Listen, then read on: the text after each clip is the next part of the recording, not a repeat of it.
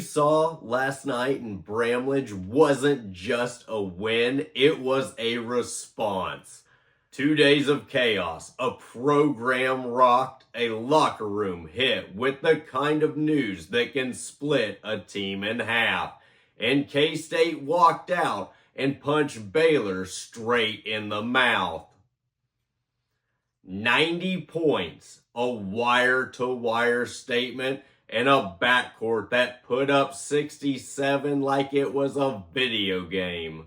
This is Storm the Court K-State, presented by Tree City Sports, your source for local sports. I'm your host, CJ McClure, and last night, K-State didn't just beat Baylor, they reminded everybody what resilience looks like. Before we dive into today's episode, just want to say thank you guys so much for watching. Make sure to like this video, subscribe to the channel, and follow us on all of the social media pages. You'll want to stay locked in because we will have all of the breaking news as it comes out. Getting into the game, last night was the first game in the Matt Driscoll interim coach era. And K-State came out like they've got something to prove, because they did. K-State beat Baylor 90-74. The Wildcats never trailed, and they snapped a 6-game losing streak with their best offensive night in a very long time. You could feel it early: tempo, confidence, decisiveness, and a kind of freedom you only get when it's player-led and nothing else matters except the next possession. Here's a blueprint of how K-State did it. The backcourt absolutely took over. PJ Haggerty put up 34 points on 15 of 23 shooting, while Nate Johnson added another 33 points with 5 threes. And then this, 9 assists and 6 steals. K-State also shot lights out on the court. K-State shot about 57% from the field and about 47% from three-point range. Baylor, they had a 12.5% night from three. That's the entire story. Baylor couldn't match pace, couldn't match shot making, and once K-State built separation, every mini run got answered by the Wildcats. And the Cats won the chaos. Even with Baylor's rebounding edge, K-State was better in the messy game areas, creating turnovers, turning defense into offense, and getting points before Baylor's half-court defense could get set. Then we get to the presser, and this is where you hear the heart of what's been going on inside the locker room. Nate Johnson said Matt Driscoll tried to keep the transition normal, like Coach Tang was still there. And PJ Haggerty, he kept it simple. We're trying to come together as a team and keep winning.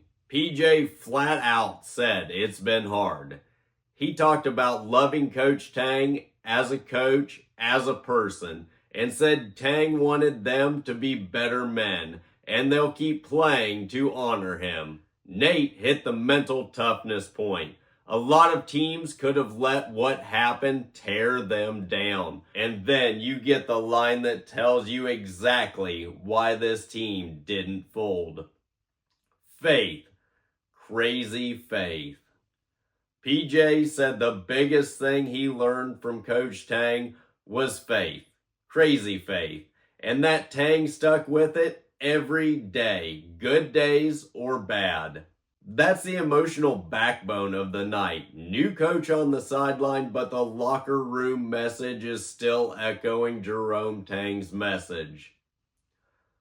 Alright, let's zoom out from the emotion and break down where this game was actually decided. This didn't feel like a team easing into the night. It felt like a team attacking it.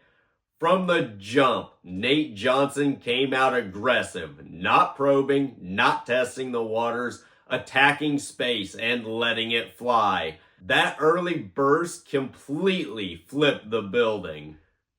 You could see Baylor immediately adjust defensively, and once that happens, you're dictating terms. That first punch mattered because it eliminated doubt.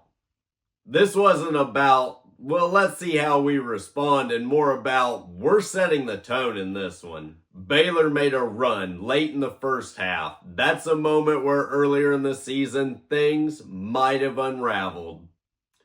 Instead, P.J. Haggerty said no. Downhill drives, confident pull-up jumpers, strong finishes, and most importantly, no panic. That stretch before halftime didn't just extend the lead, it stabilized the night. It told Baylor, every time you get close, we've got another gear. The most important 4 minutes of the game were right out of the locker room after half.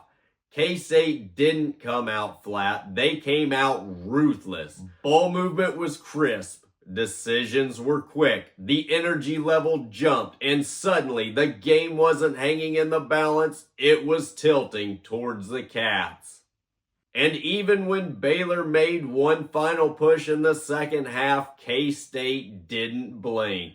That's maturity, that's control. That's a team that decided it wasn't losing on that night. So what changed? Because that didn't look like the same team we saw most of the season. Let's talk about the sideline. First night of the Matt Driscoll era, and you didn't see some dramatic schematic overhaul. What you saw was clarity.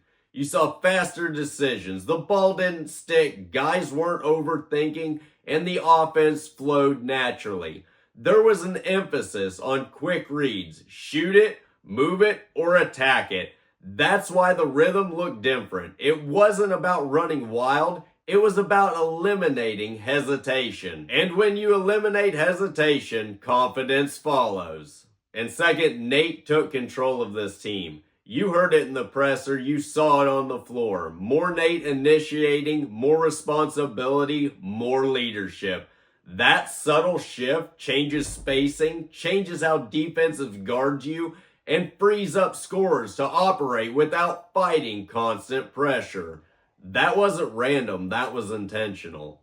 Defensive activity over complexity. This wasn't about exotic coverages. It was hands, it was pressure, and it was capitalizing on every opportunity. The defense looked connected. Rotations were sharper, and then stops came. They turned into energy, not just another half-court possession. That's culture showing up in execution. Now here's the question. Was this emotional adrenaline, or was this the blueprint for the rest of the season? Because if this is the blueprint, player-led, fast, fearless, then the rest of the season just got very interesting. All right, let's address the elephant in the timeline, because the switch up has been wild. Not 2 weeks ago, and I mean literally within the last 2 weeks, the national conversation around Jerome Tang was not glowing. It was, is Tang in trouble here? That wasn't fans on message boards. That was in columns. That was on podcasts. That was what the national media was talking about. There were real conversations about direction, about regression, and expectation versus results. And now the same voices are acting like this is a historic injustice. How could they make this shocking decision? Shocking? You were clowning on the program and asking if it was time to move on from Coach Tang. You don't get to question a coach's trajectory publicly for weeks and then act morally appalled when administration finally makes a move. That's not journalism, that's performance art. Now listen, nobody has to agree with the decision. That's not the point here. You can believe that he deserved more time. You can believe context matters. You can believe the program was still stabilizing. All of that is fair. What's not fair?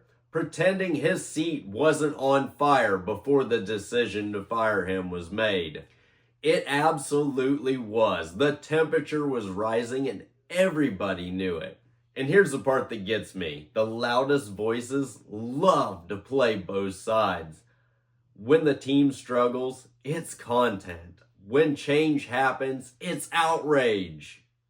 That's not analysis, that's engagement farming. Meanwhile, the only people who actually had to walk into that locker room were the players.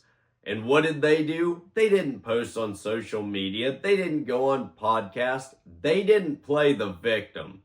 They came out and they dropped 90 on Baylor. That's the difference between noise and response. This isn't about dunking on media. It's about accountability and narrative. If you question their trajectory, cool, own it.